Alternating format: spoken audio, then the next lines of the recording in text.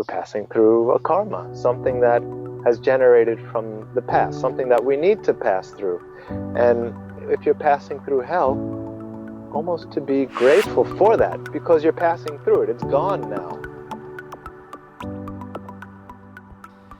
Dharma Talk community, Dharma Talk nation, Dharma Talk world, hello and welcome back to another episode, another year of the Dharma Talk podcast. I'm your host, Henry Winslow, and this is episode number 42.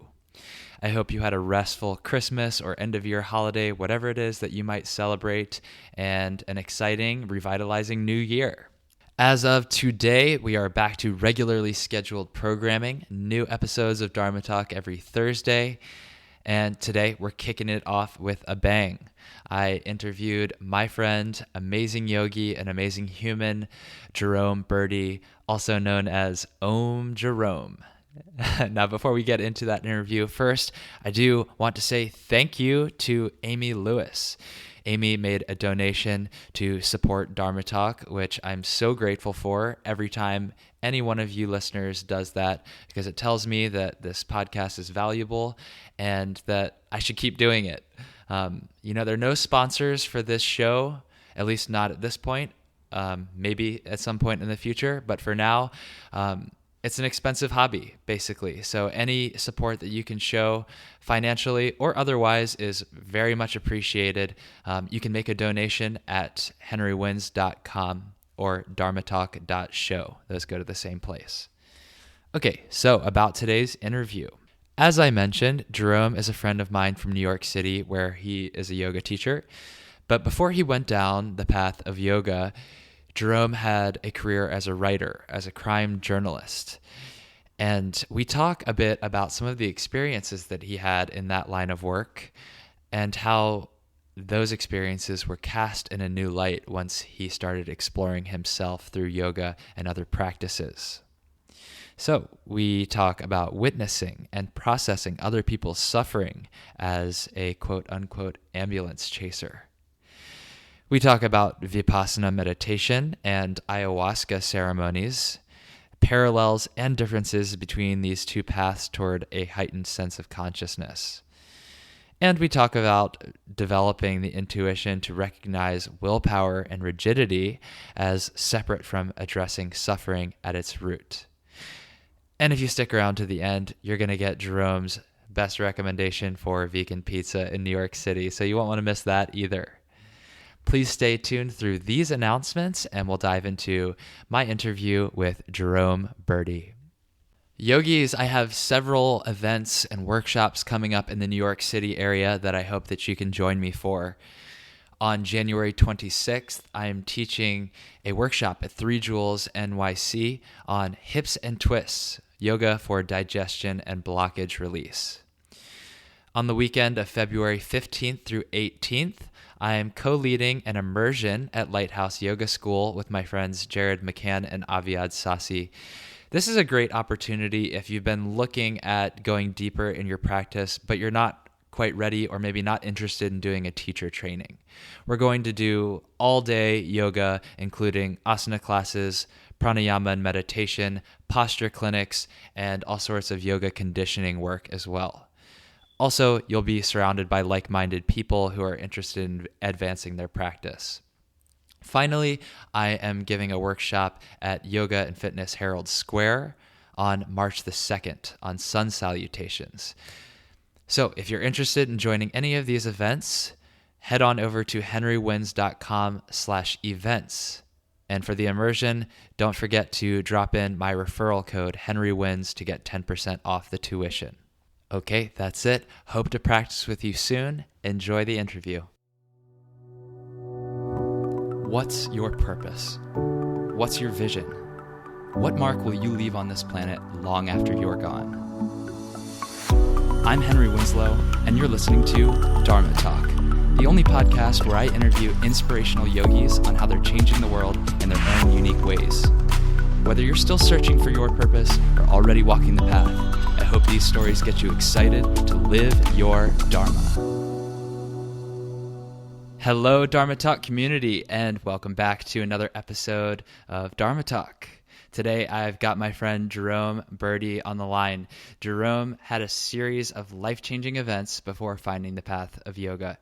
He was shot in the leg with a stray bullet just 2 streets away from where he'd discover his yoga teacher more than a decade later.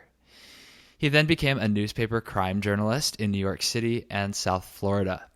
After 8 years, the light of the yoga path was awakened for Jerome during a shamanic retreat in Brazil. He finally found his life's work, so he quit his job and went to India to do his first yoga teacher training. Jerome, thanks for coming on the podcast today. How are you? My pleasure, Henry. Thanks so much for having me, and I'm feeling great. Good. It's my birthday.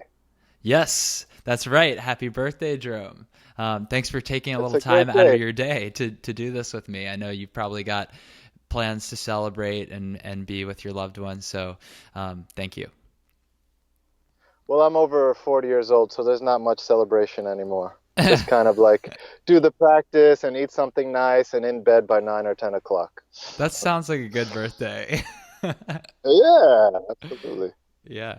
Okay. Well, let's dive into the questions. My first question for you is, what does the word Dharma mean to you, and what is your Dharma as you understand it today? Well, it makes me think of the words of the Buddha.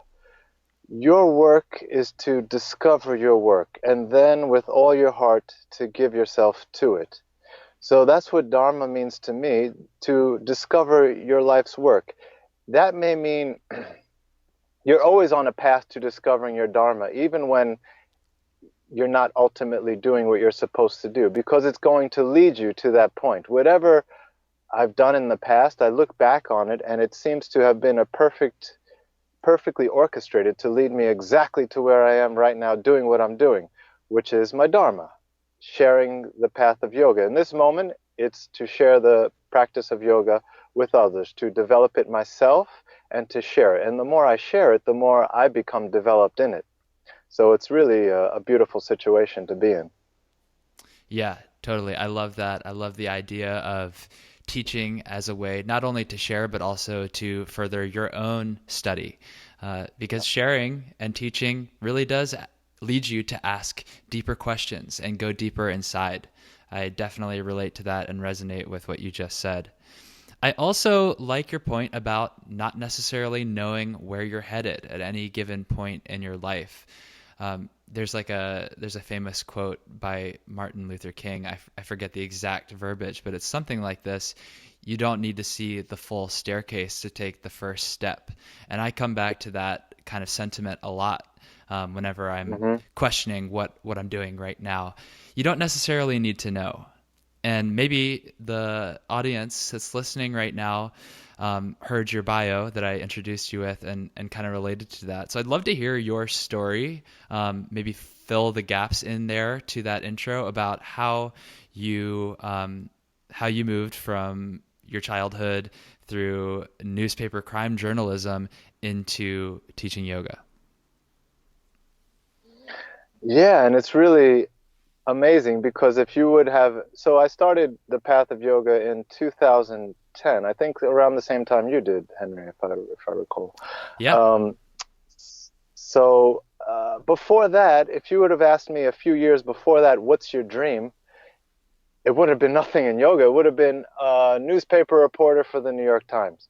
But when I left that life of a journalist, I haven't really picked up a newspaper since. And I always recall the lines of the words of Mark Twain: if you don't read the newspaper, you're uninformed. If you do read it, you're misinformed. So it's kind of like that. But just to give you a little background on me, so my first love was writing. And even in high school, I was really attracted to the beatnik writers, Jack Kerouac and Allen Ginsberg and all these people. And they were the first one to really reveal Eastern philosophy to me. From that point, high school, drawn to the philosophy. I just had no idea you could actually live it until years later when I finally discovered the path of yoga, like almost 20 years later. But so that led me to writing.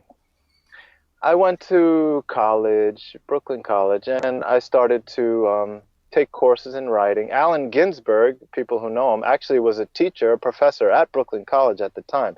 So for me, it was like amazing to have him there at the school I was training in writing. But after a couple of years, I kind of fell out of the academic world, and because of all these kind of rebels around me and people that I was reading, I was like, why am I in school? I kind of decided to drop out of college and try this lifestyle that I was reading about with the beatniks. So I decided to hitchhike across America. And I do that. I did it a couple times, sometimes on bus, sometimes hitchhiking. It's really nothing like it is in the books. It's really not as fun as it seems in the books. I mean, I'm sure they edited a lot to get it into 300 pages. It takes a long time. You're sitting there, you're sleeping in funny places and all this, but it's all part of the adventure. Mm-hmm. So after kind of living this life for a couple of years, kind of a bohemian life, and writing a lot, fiction and poetry, having no luck, I end up back in New York City, where I'm from. And I kind of led me in a path where all of a sudden I'm working in nightclubs, living this kind of unsavory life, everything that goes along with it, stirring up a lot of, let's say, bad karmas. So at this point, it's 1999, and I'm really living in an undisciplined place. And I said, well, I need to really check back with myself. These are Bill Clinton years. So I said in 2000, I'm going to either join the military or go back to college.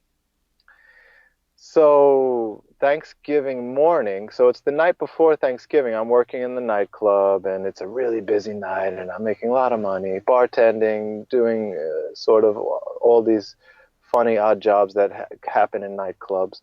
And I'm walking out of there 5 a.m, walking to my car, and pop, two bullets.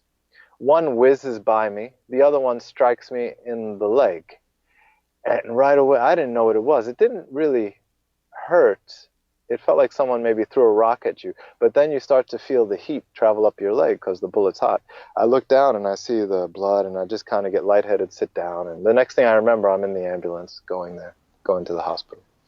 But almost immediately, I realized what it was. I mean, it was a stray bullet. I didn't really care where it came from because I knew this is where I really started to believe in karma, because it kind of awakened something in me that what I had been doing, living this kind of unsavory life, not being so nice to others and so on, it brought me to that point and it was a perfect karma because it struck me basically in the muscle, very close to the knee, but didn't break bone, didn't hit the knee. If it damaged me in any way that would have been long lasting, I don't think I'd be like living this kind of yoga life now, especially as concerned with asana. So it kind of was enough to wake me up. And the next morning, it's Thanksgiving morning. I'm there with the bandages and so on, and I decide I didn't like all that. So I'm going to go back to college. I don't think the military is for me. I didn't like getting shot. Yeah. I go back to college. Yeah. I go back to college, and kind of something led me in the way of journalism. It was interesting at the time. I said, hey, you can still kind of be creative, but maybe it's a way that I can actually earn money for writing, because I wasn't able to earn money. And this was it was a new era. Allen Ginsberg had already passed away. And I was kind of there, and my new tribe was the journalists. And I became the editor at the newspaper, and things were going well. I really enjoyed it. I was good at it. And I started to be a freelancer here in New York City for the big newspapers, Newsday and the New York Times. And the first thing they throw you at is crime, of course. So you're basically what we call an ambulance chaser. You're sitting there for hours waiting for people trying to get a quote and this and this. And I was good at it. You learn a lot of tricks in the streets of New York. And after a couple of years of that, at the newspaper that I was working at,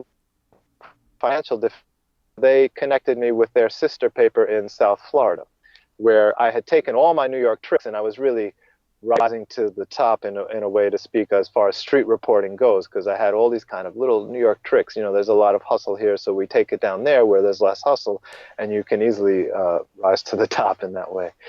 So I was doing that for quite some time, 6 years down in South Florida, doing well, enjoying it a lot at first, because there's a lot of drama and crime, which is what attracted me as a writer. But after some time, especially with the rise of the internet, it became to be a lot more quantity and less quality. They put a camera in my hand and I had to like feed the internet and do all this stuff. So it started to kill it for me in that respect. And then in another respect, when I finally went down to, this leads me to the beginning of yoga. So I went to Brazil. My brother had told me, hey, you know, we can go to Brazil and try ayahuasca. And I grew up with trying psychedelics in my life, and they had been beneficial to me, but I never really had a guide. And I was always curious about that, especially like this Amazon tea that's done in such a ceremonial way. It's nothing recreational about it. It's a very ceremonial purpose. So I still was on this path where I was leading a non-yogic life. I'll say I was drinking a lot, eating meat, the diet was wrong, chasing women all the time. So it was kind of like, you know, a normal life, I guess you would say. But I wanted something more. So I went down to Brazil, and the shaman there was very connected to the East. Before we did any sort of ceremony, he gave us chakra reading, iridology, and in the morning there was even a yoga practice that we had to prepare ourselves. Also, before we went, we had to go vegetarian to purify ourselves for the tea. So I said, you know, when I go back to Florida, I'll just go back to eating meat, no big deal. So, but it just never came back. So in the morning we had yoga, and I connected right away. I was like, what is this? Before that, I thought yoga, I didn't know what the word was. I thought it was something women did in hot rooms. I had no idea what it was. I didn't know you could actually live this Eastern lifestyle. But it was in there. I think there was something from the past life. Like I even got an Om tattoo. I was just attracted to the symbol. I didn't know what it meant. In my 20s, I got this. So now I'm in Brazil, 32, and having these amazing experiences, these profound experiences with the yoga and then with the ceremonies, which really put me through profound experiences in each sitting. We had 3 sittings in 10 days. And one was, and I didn't have any visual effects. If you read about ayahuasca, you hear about all these visual movies that are going on. It gives you exactly what you need. You can ask it. They talk about the tea as if it's a living entity. And I believe it as such. So, you can ask it what you need, and you just say, like, show me what I need to see. And for me, it was profound suffering. So I was going through all this suffering because it was just filtering out what I had been dealing with personally and also through the profession for years, dealing with crime reporting, dealing with suffering people, but not really processing it on my own, like just going to the bar and drinking like what journalists do. Excuse me. So finally, I was processing this and rising to this whole different level. It's a sort of samadhi, but as my teacher, Dharma Mitra, would say, it's a fake samadhi. And I believe that, but it can help people like me who need a wake-up call. Like if you don't get it on your own, or if you don't have this kind of near-death experience that can give it to you, you have to simulate it, which is what this tea will do. So for me, that's what it did. And right after that, after this experience with Brazil, which was also interesting because, as I said, my teacher Dharma is from Brazil. I didn't know him yet. So after this experience, I went, before I was done, the shaman had recommended to me to try Vipassana meditation, to learn how to sit, because I didn't know how to sit. I was in Shavasana for all these ceremonies because the tea is so powerful. I couldn't sit for 5 minutes. So I decided to look up what this Vipassana is, and this is a beautiful technique. It's done by donation all over the world. And it's not a religious thing at all. It just teaches you the technique of the Buddha, how to sit, how to observe. And it's a series, I don't know if you're familiar with it or some of the listeners are familiar with it, but it's basically 10 days. You're meditating something like from 4 in the morning to 9 at night. There are breaks, of course, but it teaches you gradually how to meditate and sit for an hour without moving. And this is a profound experience when you can finally get to it. You move through extreme torment into extreme grace. But you have to be really enthusiastic before you go to this retreat for the torment, because yeah. you're going to move through. So if you don't have that faith, a lot of people leave the second day because it's hell. It's really hell. But you have to move through hell to taste some bliss. Even in the asana, you might learn that. The teacher might say, stay there. It's painful now, but you're going to move through it. And I've learned that on different levels. But this was one of my first times with that. So after the 10 days, you're sitting having this profound experience. Wow. So this is the second leg of my awakening, I'll say, which was profound in a different way from the ayahuasca. They run parallel in a certain way, But this is obviously, there's no psychoactive chemicals. It's kind of, you're working on your own. You're like, wow, I can reach these states on my own. But it's but in that Vipassana bubble, it's easier because you have the collective consciousness. It's all you're doing. Obviously, New York City, plenty of distractions. But here, you're basically living like a monk or a nun for 10 days. So it's easier to reach those states of samadhi or something like that, or just profound concentration. So Vipassana, wow. So now I'm having this second awakening, and I'm like, what's going on? Like, I can't continue to do this crime reporting. What am I really doing in the world? I'm putting more suffering in the world. People read the newspaper, they think that's all there is. They pick up the newspaper, that's the first thing they read in the morning, and it's just suffering and torture and this, and they think that that's how they start their day. And even like, I think of my mother, like, she starts with the newspaper and she's like, did you hear about this? And I don't want to hear about that. If I can't help, why am I going to pollute my mind with this? Like, I want to think positive things, good things. And this is what I want to bring into the world. I know that there's suffering out there, but I think most of the world is good. That's what I believe. So to put more pain and suffering, fear and loathing in the world is not really contributing in a positive way. So I actually went to Moab, Utah, which is a beautiful place. And I had some camping out there in September of 2011. Full moon weekend. I was really lucky there. And I basically had this epiphany, like, I have to stop doing this journalism. What am I going to do? And I had been practicing yoga. I continued the practice after Brazil. I was pretty good at it. Like, I feel it was a past life thing, because I was getting very good, at least on the asana level, very quickly. And I was like, oh, I don't know. I'll go to India. What am I going to do there? I'll do a teacher training, not to teach, but just to see, like, something to do in India. I don't want to just go and hang out. What am I going to do? So I do some research, and I decide, okay, Rishikesh, they call it the capital of, the world capital of yoga. The Beatles went there. Sure, it's good enough for them. It's good enough for me. So I decide on a teacher training in Rishikesh. And not knowing that this is the second kind of point in my leading me to Dharma, which was his teacher is from Rishikesh, Yogi Gupta. But before, let me just step back for a second. I quit my job. So this was September in Moab. In November, basically, I quit journalism, and I moved back to New York for a month or so before I go to India in January. And I'm in New York, and I decide on, let me see what yoga is like in New York. Because in Florida, I found some good teachers, but no one that I really called my teacher.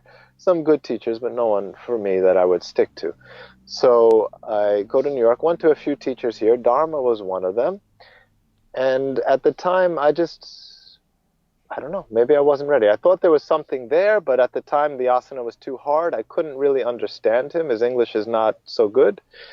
So I said, oh, there's something there, but I don't know. So that's December. Then I go to India, and I'm there a couple of months, do the teacher training. Swimming in the Ganges in India was an amazing experience. But again, I found no teacher there. The Ganges was kind of my teacher, which was good. I'm happy that I didn't find a teacher in India, because then you have to keep going to India, which is not so easy to do in New York. Like, these people going to Mysore all the time, I'm sure they enjoy it, but I'm just, I'm glad I don't have to keep doing that. So I'm back in New York now, and for a year, I'm going to all the famous people here, going to all these different practices and enjoying them, but no one really that is resonating deeply within me. So I'm like, wow, I guess, I just have to do a self-practice. I don't know what it is. But I end up back with Dharma on January 1st. My anniversary is coming up. January 1st, 2013. He had a vegan buffet, so maybe I was more attracted to that, a free vegan buffet, and a 2-hour class, which he gives often. Actually, he'll give one January 1st this year. So I take the class, and it was packed in there, and I loved it right away. It's as if I was ready. I had to do all these things I had to do to purify myself, actually, the teachings, to receive the teachings. He has this saying that you have to sharpen your sixth sense to see the halo on the saint, which I love, because, some people might just see a Buddha. There's Buddhas everywhere, but we don't see them. Maybe we just see some old man or a homeless person, or who knows, but there might be a Buddha. We don't know, but you have to be at that level, that mental level, to see it. A thief recognizes a thief right away. So, and after the class, I went up to him and I said, Dharma, I love the class, amazing. And as I said, the room was packed, but he put his arm around me and he's like, I could see when you came in, you were skeptical. And I was from the last class. I wasn't sure about it. And, but that was it. So I've been with him ever since doing the Dharma yoga practice. It's taking me very deep in the path and giving me the life really that I have today, which is I would have never dreamed of, like sharing the yoga practice now all over the world. I travel, but I kind of have this happy medium where I still have roots in New York. I come back here and I teach. I go abroad a month or 2 months, teach, come back. So I kind of like that balance. I'm not fully immersed in the nomad life. I don't know if I'd want to be, maybe one day, but I enjoy this kind of ebb and flow. Mm-hmm. So yeah, that Right. brings us to where we are. Well, first of all, I have to say I can tell that you have a background in writing and journalism because you do a great job of weaving this narrative and keeping me and probably the listeners also on their toes, just waiting for the next chapter. I have a lot of responses to that, and I guess I'll take it back to the beginning first. Yeah, When yeah. you talked about your time as a crime journalist, you called yourself an ambulance chaser, and that's a really kind of visceral kind of reaction that I had because it reminded me of this movie that came out a few years ago called Nightcrawler. Did you ever see that one? No, I haven't. It was with But I'm a Jake movie lover, Gyllenhaal. so I'll put it on my list. It's Jake Uh-huh. Gyllenhaal, and he plays exactly that, an ambulance chaser who's out catching the news, and he's so driven to be the first person on the scene whenever there is some sort of crime that it made me think, this is a very provocative film, but your experience, the way you shared it, echoes the sentiment, which is you surround yourself with this suffering and these dark episodes so much that it starts to integrate into you. And I don't want to spoil the movie, but I'll say that toward the end, Jake Gyllenhaal's character becomes less of an observer and more of a participant. So, Yeah, yeah, it could yeah, go that way, sure. for sure. So I can see what you mean when you say that that started to weigh on you. And even if maybe your intuition wasn't as sharpened then as it is now, in retrospect, you can see how that affected your day to day. So then you told us about the ayahuasca and your Vipassana as two kind of eye-opening experiences. Could you talk a little bit more about the differences between those two? You said Dharma Mitra calls the ayahuasca assisted samadhi a fake samadhi. Yeah. Maybe without an agent working with you, it's something more. Well, I don't want to steer the answer of your question too much, but what was the difference in your experience with those two Well, practices? sure. The difference is ayahuasca is instant. I mean, you take the shot of tea, and within an hour or something, boom, there you are.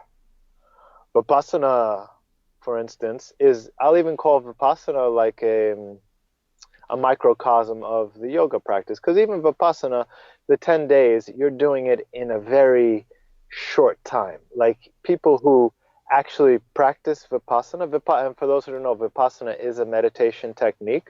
Before you get to Vipassana, you're doing what they call anapana, just observing breath through your nostrils till it becomes so subtle.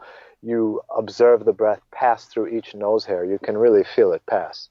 But that's only for a couple of days. You're doing anapana, then you move to Vipassana. But so you're kind of in a crash course. And that's why even Vipassana, like, it's hard to maintain it outside of Vipassana. Very few people I've met that maintain this. They ask you to do 2 hours a day, one in the morning, one at night. Very few people I know maintain that. Maybe they do an hour in the morning, but it's very difficult. So, for instance, like people who are really on the path, they may do just anapana, the preparation, for 10 years. Then they move to Vipassana, which is kind of like a body scanning method. They call Buddha the first quantum physicist because you feel yourself almost on a quantum level. Uh, so that's what I would say the difference is. Like Vipassana, any sort of yoga practice takes time. So you have to be patient and be there with it. Um, Ayahuasca, it's the same in a way. Like you go through suffering, you have a purge, you're throwing up, and you're going through hell. But it's kind of 5 hours and you're done. You had your hell, you had your awakening, and that's it. I don't know, are we going to take a nap or go for dinner or something? But So it's like that. It can be very fast or it can be slow. I think it's nice. People who are already on a yoga path, I don't really recommend that they need to try this Vipassana. But people who have, because they found the yoga path somehow, some karma brought them there. But me, for instance, I would have never gone there if I didn't have this crash course, if I didn't have this kick in the head. Like the ayahuasca really shakes you. Mm-hmm. So it's a real thing that can really, oh my God, there's more to life than this. I need to do something about it quickly. Life is short. I need to wake up a little bit here. Yeah. And there's a long path of awakening. That's an idea that I think is really important and kind of at the crux of really what my mission is for these conversations on Dharma Talk is how do we cultivate the awareness to recognize what we're doing that is actually causing us suffering because it's not serving our purpose. And, that's a really loaded question. I realize that. But to kind of unpack it at a tactical level and an experiential level around specific moments is one way that we can get a better picture of that. And I do it by talking to all these different people and hearing their perspective on their personal paths. So, back to that question about the ayahuasca versus the Vipassana, you kind of attributed both of those two episodes for helping you realize that you were surrounding yourself with suffering and that you wanted to remove yourself from that scenario. And that's what took you out of the crime journalism into something else, even if you didn't know what the answer was right away. Is there any more specific that you can get about how that revelation came to you? And I know that there's something definitely ineffable and sort of hard to place in words about these experiences. And that's why it's so important to experience them yourself.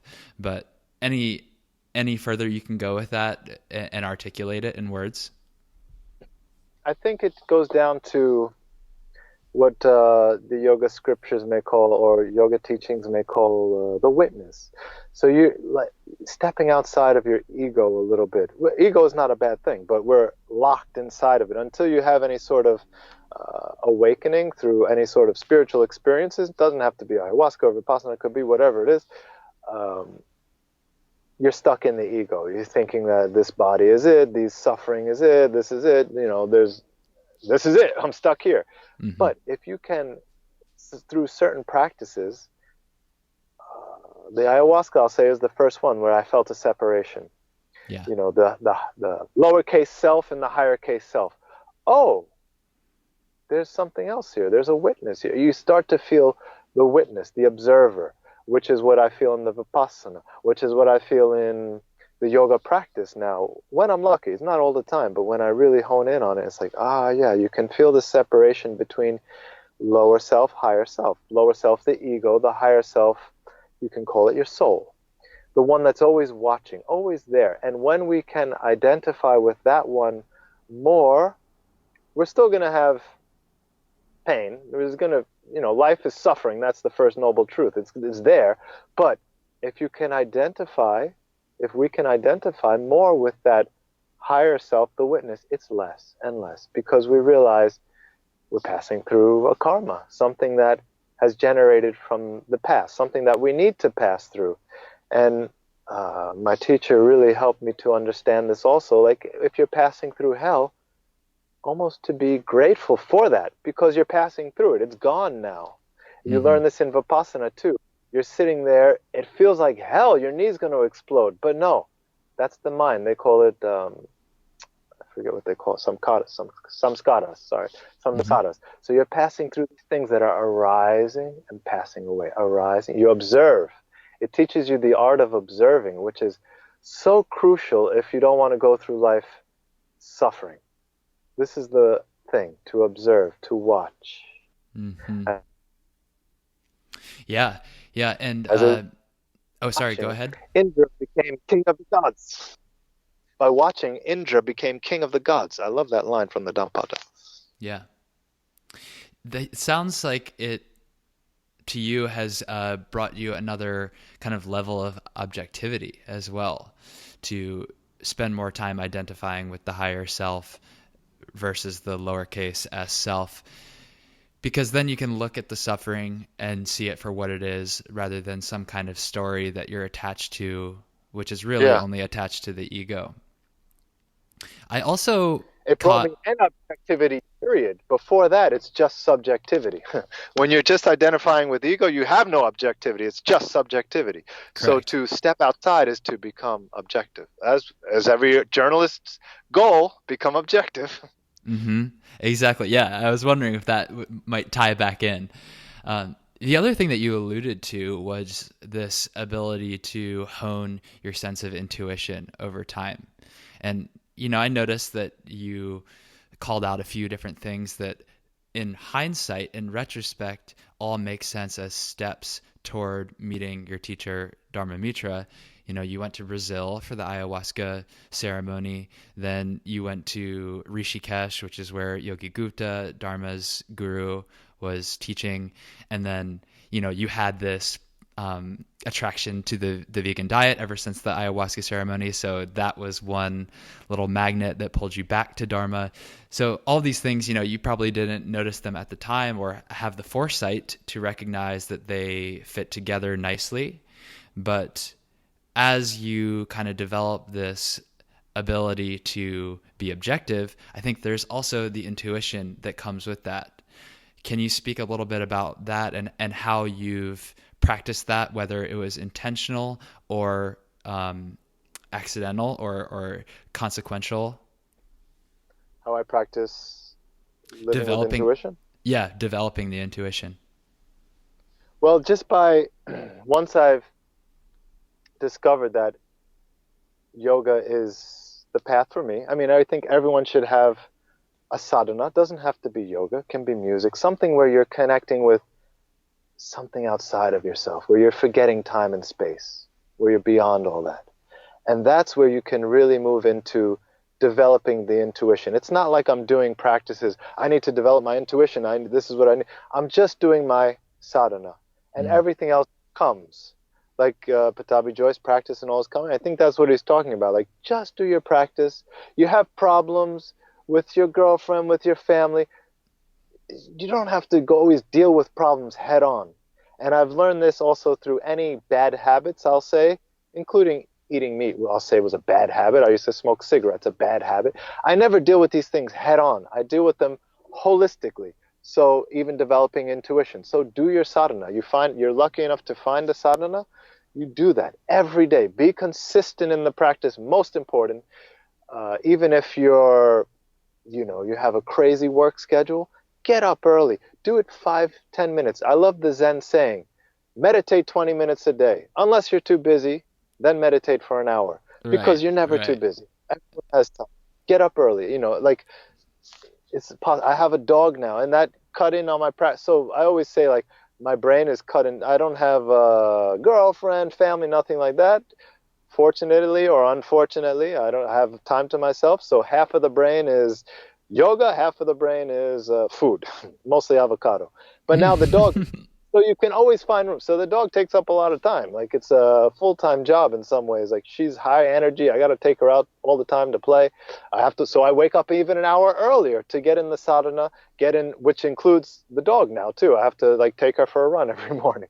Yeah. So it includes that. There's always time. I mean, I don't know, some people have 3 kids, but I think there's always time to get 5 minutes, whatever it is. Get time to do your sadhana, and then things will come. Things will come little by little. It's all very subtle. Suddenly happens very gradually. You just be gradual. And it's like the asana. That's why I love the asana on a gross level, because it's so easy to see. Any poses that have opened up to me, I was never really working on a pose. Working on a pose. That's not my approach. It's just to do the practice. And then all of a sudden, wow, look at this. 3 new poses, 4 new poses opened up. Where did that come from? It's magic. I don't know. It's not magic. It's just being consistent and gradual, and flowers come just like that. Yeah, totally. And that the point you made about the bad habits, I think, is a really important one, because, maybe with the exception of the meat, that could be an ignorance thing. Yeah. Especially with so much different information about diet, if you're not looking at the ethics of it. But for something like smoking cigarettes or some other destructive habit like drug abuse, everybody knows that it's bad, but you still do it. And so the answer is not to tell yourself why you shouldn't be doing it. For many people, that is a solution, not a problem. It's a solution to something deeper. So I think that's why having your practice is the most effective way to get to the root of those things. The practice takes you deeper inside to find the actual source problem, rather than just, like you said, you can't approach these surface level problems head on necessarily. You can, but it may be wasted effort. So I like that a lot. Yeah. Yeah. And I see that time and again, people who are trying to maybe, my parents, or they're both smoking cigarettes, people who are trying to stop with this or this or this, like it doesn't always work. I mean, rarely does it work. It's mainly willpower, and willpower is good. We have the tapas. Willpower is good, but you can break.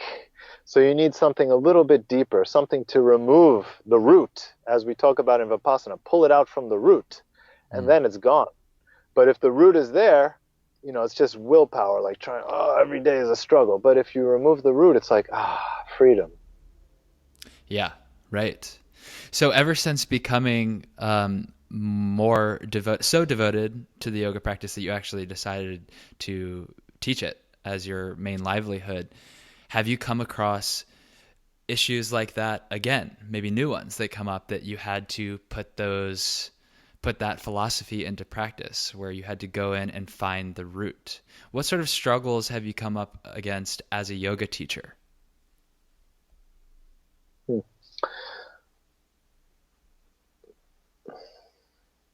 Like personally, or teaching as a teacher? Either.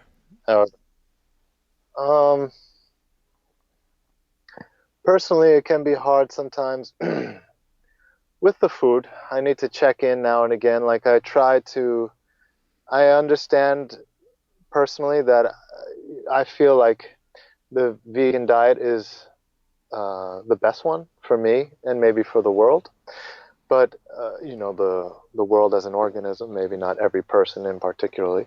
But traveling a lot, it makes it difficult, and I find myself slipping back. You're in Italy, of course, I'm eating the mozzarella and things like this, or maybe I'm going overboard, like eating too late or eating too many sweets. Yeah, I got a sweet tooth too. I like the tiramisu. So just control over that. So every once in a while, I try to check back, rein it back in, maybe do a cleanse, a fast for a day or a couple days, rein it back in and try to get back on the path. But I think these things are really beautiful, to fall and get back up again, to fall and get back up again. There's a nice Zen proverb,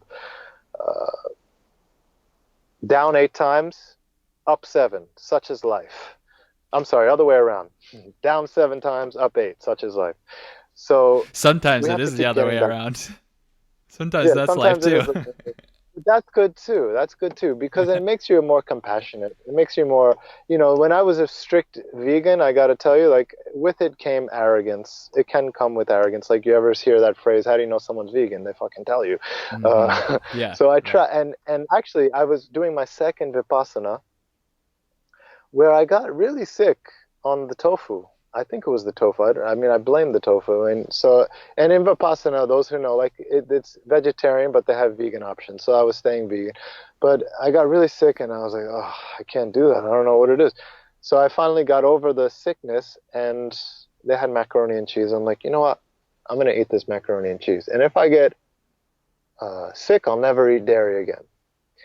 But it sat fine. And I was like, okay, so, I'm kind of more like strict vegetarian, lazy vegan these days. But it's nice because it just makes you, in my case, it makes me more accepting and like this. I just don't want to be so rigid, because the rigid will break. You have to be like kind of a little bit loose. And even Dharma will talk about that once in a while. Like, once in a while you have the mozzarella cheese. It's okay, but then you clean the house. You have to clean the house.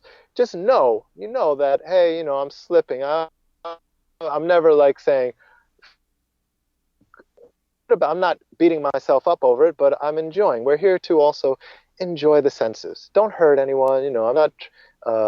I'm at a point where I'm not going to eat a sentient being, but enjoying the senses. And if that comes, and even if you're a person who's like, I need to eat meat once a while, then I always tell people, then do it. Until it totally drops off from the root, not interested anymore, then it's good to go. But if you feel that, then you have to enjoy once in a while. Enjoy the senses and move on. And keep doing your sadhana. Everything comes from there. It will drop off. Everything that needs to drop off will drop off. Maybe not this lifetime. I mean, I'm fortunate to really believe in karma and reincarnation, so we do our best. This life, next life, it keeps getting better and better and better. Mm-hmm. Yeah, that's really, really wise. And I spoke to Yoshio Hama on this podcast also, and he had kind of a similar story about spending some time with Dharma, where Dharma's lesson for him was really, you can't be rigid with yourself, even when it comes to these righteous decisions that you have about your diet. Like, the rigidity is actually more harmful than the benefit of what you're trying to do. So I think that's a really great point to make. And it kind of comes back to the same idea about this issue of finding the problems or the root causes of things that show up at the surface level of your life. And I also keep a vegan diet, and it's fairly new for me. Less than a year. It's only been like 5 months now. But to me, it feels like I'm actually gaining more than I'm giving up. So I have at least so far, I'm new to this, but so far no craving to go back to that. But I think as soon as there is a craving for that, then it becomes another form of suffering, and that's not the point, Yeah, as I love the Buddha, if your circle of compassion doesn't include yourself, it's not complete. Right. And I would offer you some advice: try to stay out of Italy. If you don't want to eat. Greece too, they love it. Well, I did a little trip through Italy earlier this year. So fortunately, I got that out of the way, and I was totally sick of cheese and pasta by the end. Good. Yeah. People ask me if I speak Italian. Of course I speak Italian. Pizza, pasta, tiramisu. Yeah, that's all you need to know. That's all you need. No, but the good thing about living in New York, and also not just New York, but situated in this point in time where plant-based eating is becoming more and more common, and people have lots of different reasons to do it, for their health, for the moral considerations, and also, as you said, the health of the planet. It's becoming a lot easier to get all of those taste cravings met, even without touching animal proteins. Like, I don't know if you've ever been to this pizza place in Greenpoint called Screamers Pizzeria. That place is just amazing. Like, it tastes like traditional New York pizza, but yeah, all the cheese is made from nuts and stuff, so it's really cool. It is, but also in that vein, you have to be careful not to become one of the junk food vegans, because it's easy to slip down that road too. Definitely. They have everything the same thing, but it's not so healthy either. So it depends what you're going for. For vegan pizza, I recommend any New Yorkers, Double Zero in the East Village. Amazing, super amazing, and healthy, and a little bit lighter than Screamers. But I love Screamers too. Okay, cool. Thanks for the pizza rec. I'm sure many people listening from New York will appreciate that. Yeah. Anyone that comes to New York, usually I'm the foodie. Like, I can tell you where to go for veggie stuff. Nice. Okay, Jerome, apart from getting your message out on the podcast, what are you doing today on your birthday to live your Dharma? Well, I woke up early, 5 a.m., and did my practice. Then I went to the dog park for an hour, as Dharma's always saying, be nice to your pets. So I have to be nice to the pets. Taught a yoga class, which I was so fortunate to do. I really love to teach on my birthday. I think it was such a beautiful thing, and some of the students knew and were really sweet to me, bringing a couple of gifts. And speaking to you, I'm really happy to do this and share the practice this way also. And, have some nice food, and like I said, I'll be in bed by 9 or 10 o'clock. Nice. Start over again tomorrow. Cool. Okay, Jerome, let's move on to the final section of the interview, the prana round. I know that you listen to the show, so you know the rules, but I'm going to say them for the benefit of the listeners. I'm going to ask you 6 rapid-fire questions and ask you to answer minimum 1 word, maximum 1 sentence. Okay? Yes. All right. In 1 word, why do you practice yoga? Realization. What's your favorite yoga pose and why? Handstand, because it's so hard. I like hard poses too. Yeah. What's the single best cue or piece of advice you've ever received from a yoga teacher? Dharma Mitra, do the work because it needs to be done. Not because you want to do it or don't want to do it, because it needs to be done. Sounds like a Bhagavad Gita lesson as Yeah, well. sure. Recommend 1 book, modern or ancient, for our audience. The Kingdom of God is Within You, Leo Tolstoy. All right. Really beautiful book from a yogic perspective, but he's talking about Christianity, but he has a very sharp yogic perspective. I love Leo Tolstoy. All right. Is yoga for everyone? Yes, it's for everyone. It will keep you sexy. That's all everyone wants, right? Exactly. But not just on the outside, but on the inside. You know, it will keep you appealing, let's say. Get a nice sexy inside. Do yoga. On all levels. Yeah. And it make you look nice on the beach as well. Yeah. Okay. Last question. How can our audience get in touch with you and how can we support you in your Dharma? Please stay in touch with me on my website. I keep my travel schedule there as well as my New York classes. And you can connect with me on social media through the website. It's omjerome.com. omjerome.com. omjerome.com. All right, Jerome, happy birthday to you. Thank you again for spending an hour with me. I really appreciate it. I know our listeners will too. And I hope you have a great rest of the day. Thank you. Beautiful time. Thanks, Henry. Namaste. And thanks to all the listeners. If you got something out of this episode, if you like Dharma Talk and want to keep it going, please do me a huge favor and subscribe, rate, and review on iTunes. I know it's not the most convenient thing to do, but it makes all the difference in getting the show out there and more visible to other people who can benefit from it. And hey, if you've got feedback or ideas or you want to get in touch with me, you can do that on Instagram @HenryWins. Otherwise, I'll talk to you next week. And until then, keep living your Dharma.